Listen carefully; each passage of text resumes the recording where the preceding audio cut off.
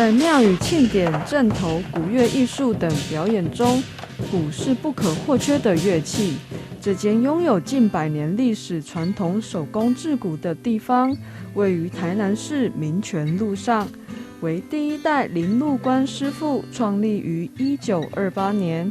早期以制作二胡、琴弦类乐器为大宗，后来因受到进口低价乐器的冲击，改以制作鼓器为主。对迄个民国17年1928年迄阵，阮阿公过来台湾的时阵，内省就是做乐器为主啦。伊当过来的时阵是在台北到台北去，伫遐就租一个店面，可能伫遐店差不多几个月的时间，可能就同乡的，因为阮阿公伊是迄落福州人，同乡就招伊落来台南，来看看的，就决定要等台南遮安定落，然后伊就搁转去福州，甲阮阿嬷搁带过来，搁带一个小弟，所以我有一个职工，就对阮阿公做伙过来，然后伊就伫台南遮租厝，做乐器，修理乐器，做鼓的部分只是一部分啦，主要是乐器为主啦。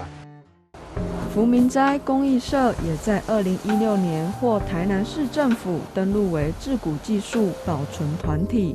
制鼓工序繁杂，每颗鼓的完成都来自经验的累积。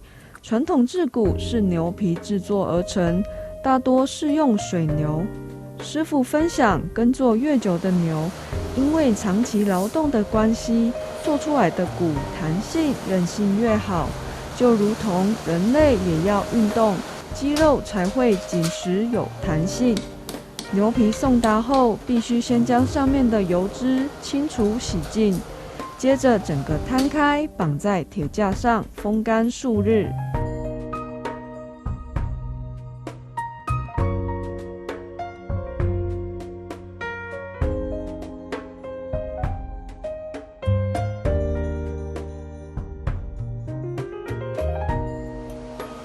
要做鼓的时候，需先将牛皮再次泡软，看看师傅把牛皮从浸泡槽中拉出，摊开于地面上，将上面的污垢刷呀刷，冲洗干净。在现场不时就会飘来阵阵的恶臭味，这是一项吃力不讨好的工作，必须得不怕异味，身上也会不小心喷到。很多人常常在这个步骤，因为无法忍受味道，就打退堂鼓不做了。我从15岁那边开始念高职夜校的时候，就找报纸找工作来这间公司。然后产业方面是觉得这一方面的行业目前会遇到未来最大的问题就是原料的缺少。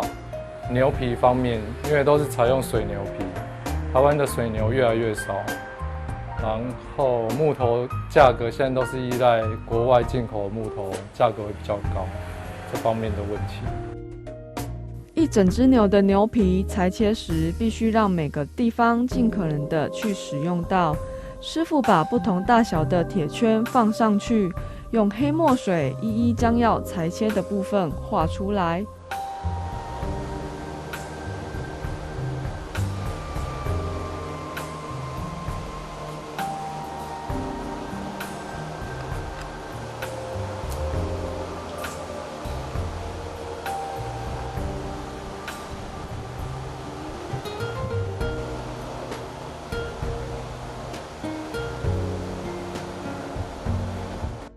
牛皮具有一定的厚度，力道需控制好。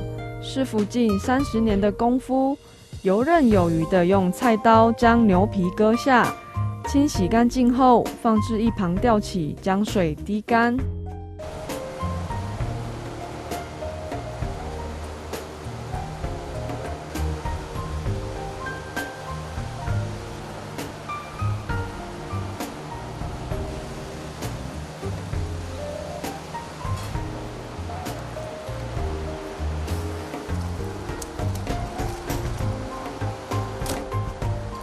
每个环节都很重要，每个环节都有一个小细节在。譬如从牛皮杀来的时候，那个油脂的处理，然后手受力，牛皮不能受伤。如果刀子太深的话，牛皮会受伤，那个皮部位可能就不能使用。这台自己制作用来削牛皮的工具，可是从第一代传承至今。削牛皮前，需先将刀器磨砺，听磨刀声，嚯嚯嚯。牛皮削的厚薄度取决于它被制成骨后使用的目的是什么，用在庙宇、用在国乐、用在舞蹈等等，厚薄程度不一。在削的时候，下刀的力量拿捏也很重要，整面都要削得差不多，这全都得靠经验的累积，没有一定的数据参考。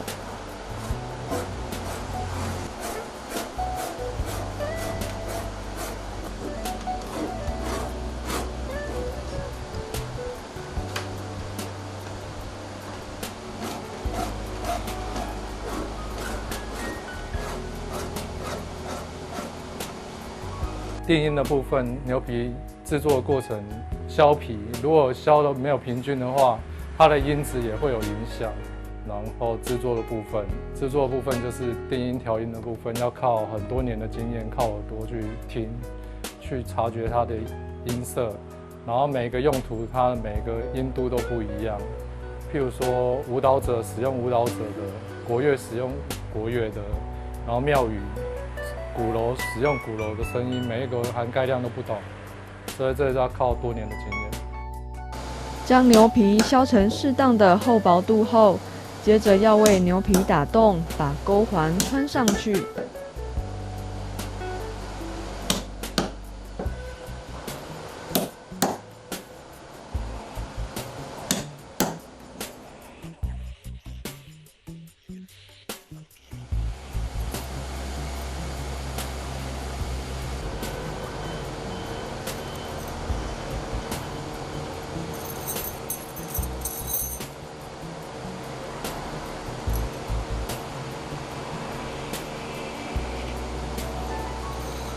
这个动作就像在替牛皮做马杀鸡，把牛皮放上骨筒，初步将毛细孔拉开定型。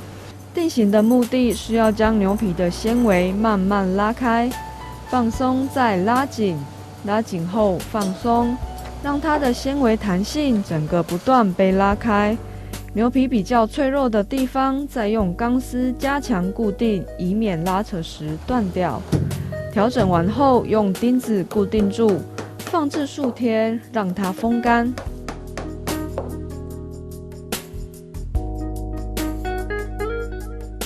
因为骨筒是拼接组合成，防止以后木头接缝的粘合剂退化脱落，因此需要再用铁条加以固定。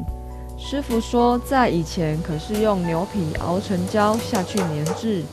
但现在很少人在熬制了，因为熬的过程中味道很重，因此也越来越少人使用。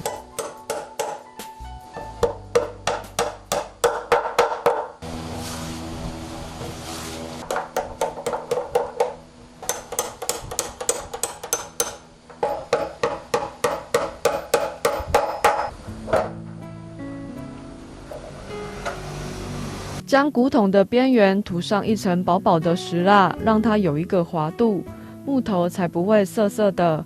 这样将已经定型的牛皮覆盖上后，才比较好延伸。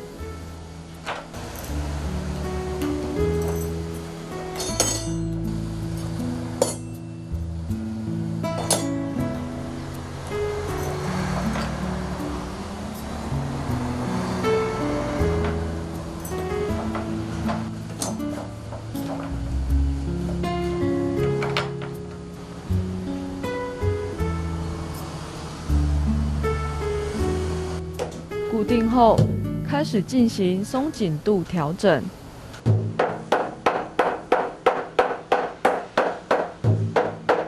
木头有硬有软，需不断量测骨面有没有歪掉，才不会让骨吊起来后歪一边。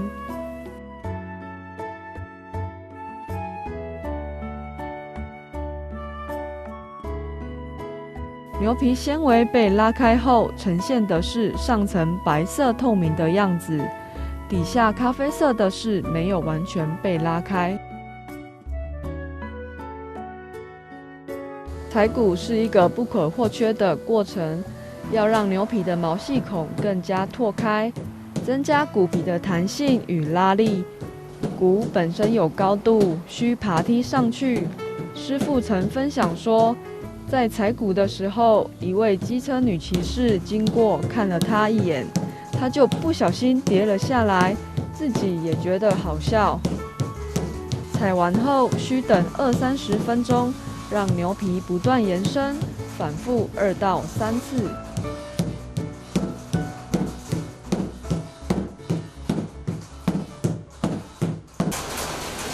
然后敲打的动作就是你注意看哦，它敲打下去的时候，它就会往下延伸，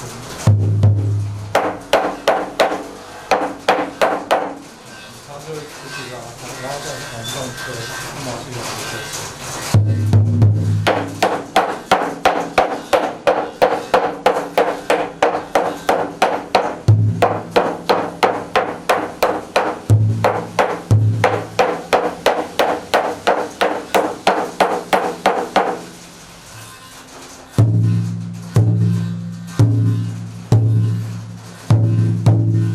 4个动作就是说，它这4个点的受力点那么平均，这就代表它4个点都有拉进去。那再来就让它延伸。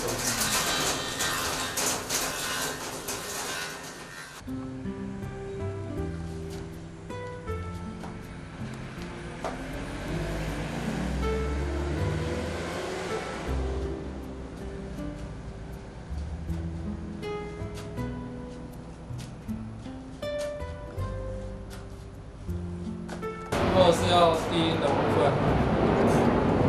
都先从高音慢慢下降之后再回升一下，不要一次到低音，它会完全松掉。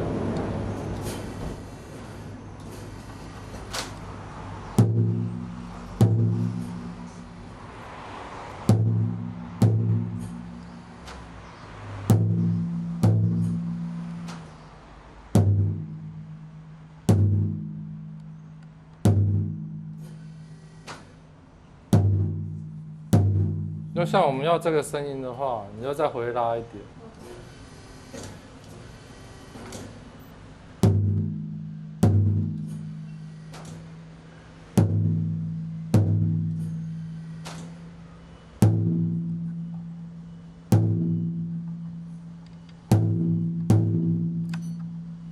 因为菲律宾他们要求说声音比我们台湾再高一点，就跟我们刚刚的声音不一样，要调制高一点，看客人需求是什么。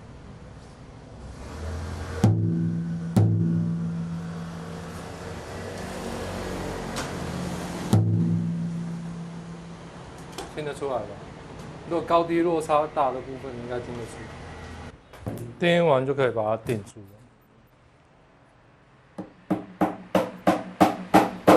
通常调高一点是说，我们皮割下来之后，它还会再松一点点，所以我们再往上调一点，就是我们原本要的音度。然后你要算说这木头硬的、软的，它的收缩会多少，这都是要靠经验。我都说很广啊，不是2-3年就可以学的。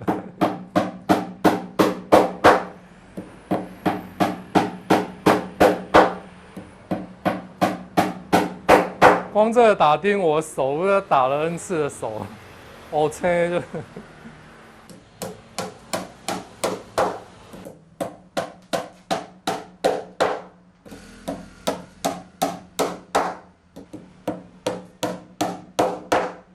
钉完钉子固定后，接下来要将底下不工整的边皮裁除。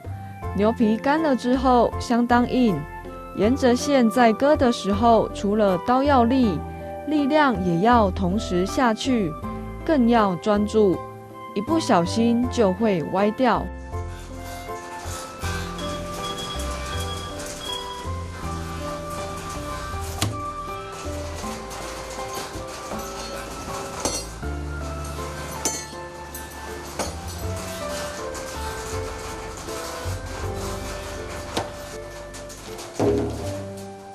接着就要在骨皮上盖章，硬拓沾着颜料，放上去后轻压，3个字就像赋予了它一个身份，代表着品质、负责与传承。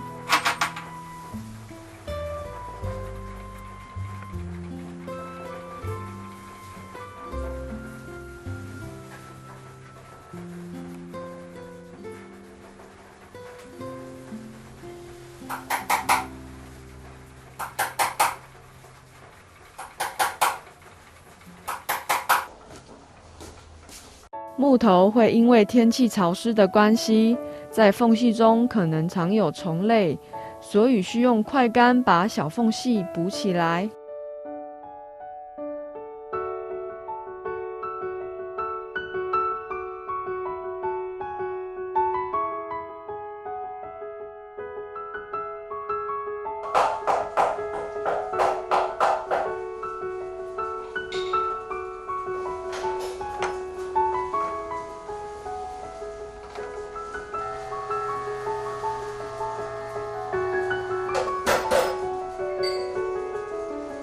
骨皮涂抹保护漆具防水作用，同时也可延长骨面的使用寿命。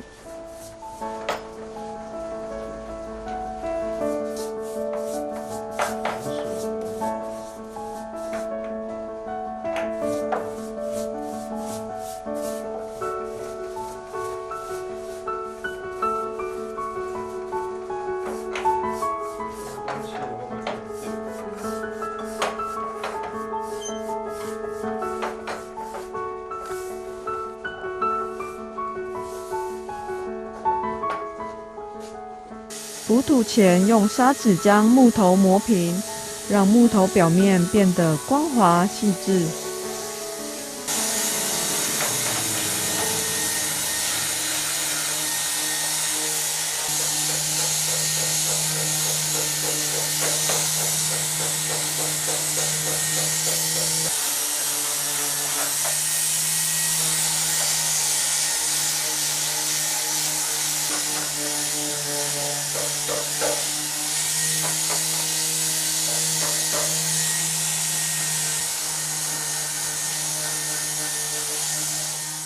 骨筒磨平后，用坯土修补木头的缺洞。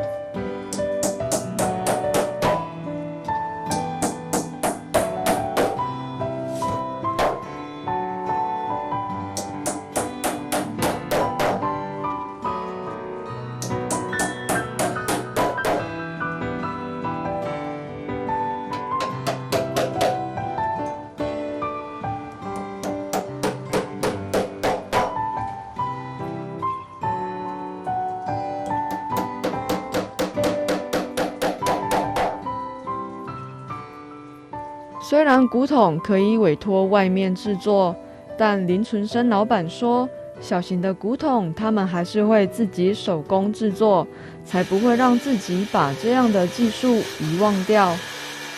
精细的锯子将木头一块一块切开，这是制作八角古董的前置作业。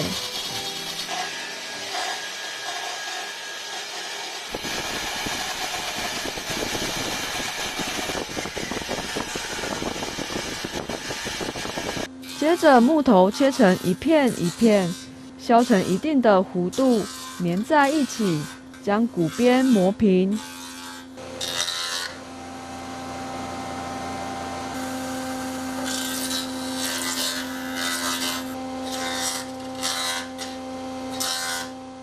老板对琴弦传统乐器相当熟悉，但因为手曾经受伤过，无法为我们弹奏几下。虽然现在是以制作鼓类为主，但是店里面还是看得到其他乐器的身影。若客人有需求，他们也可制作。我伫2019年的时阵，我修理一个孔庙的鼓。一个孔庙，算讲，我是听阮总干事讲啊，迄个鼓这是伫迄阵日本时代忠烈祠的鼓，迄阵有2粒鼓啊，甲接收过来，所以伫阮祭典的时阵咧使用。啊，迄粒鼓吼，我甲算讲批脱伊啊，我甲拆起来看，内底。伊个是迄阵日本时代的鼓，所以伊迄个鼓筒是规粒柴乌的，无像咱即马是迄个拼接起来，啊，伊个是规粒柴乌的。啊，然后内底就写讲，昭和几年，哦，去日本倒位，什么人，哦，几年啊，什么人倒一个所在，哦啊，京都的款啊。啊，迄个什么人做的？啊，然后边仔搁一撮细字的，发明在民国49年修理的。算讲，伊即个鼓伫迄个，伊算，我甲学起来应该是民国12年去伫日本才买转来，用到民国49年就破去啊。啊，迄阵可能是阮爸爸的手修理的。即个鼓修理好，我换一面，我内底嘛搁写讲啊，迄阵是民国108年嘛，2019嘛，108年，哦，迄个发明在啊换一面，换一面皮尔。算讲民国49年用到108年。用要到60担迄个鼓，用60担，啊补皮甲破去。好伫我的心内底，我就咧想，一个鼓筒，即伫进前，阮爸爸修理了，到我的手搁修理，搁换一面皮，这是一个传承的一个过程。啊。阮爸爸手内功夫传来到我希望将来嘛当传到我的囡仔的时阵，这嘛是一个传承，所以个工课做较紧的，其实迄落就是以这个，甲这个阮阿公传落来好功夫，到阮爸爸的手，到我的手，甚至讲会当搁传来到阮囡仔的手，哦，这一个传承落来的时阵。即马就是以即个心来做即个工课，所以有时迄落人客，你算讲，哦，有时比较讲啊，什么人的鼓较贵，什么人的鼓较俗。我讲，咱若要做，就爱做好的。你做歹的，一档两档就歹去啊。啊，你做好的，一个鼓会当用足久啊。是安尼啊。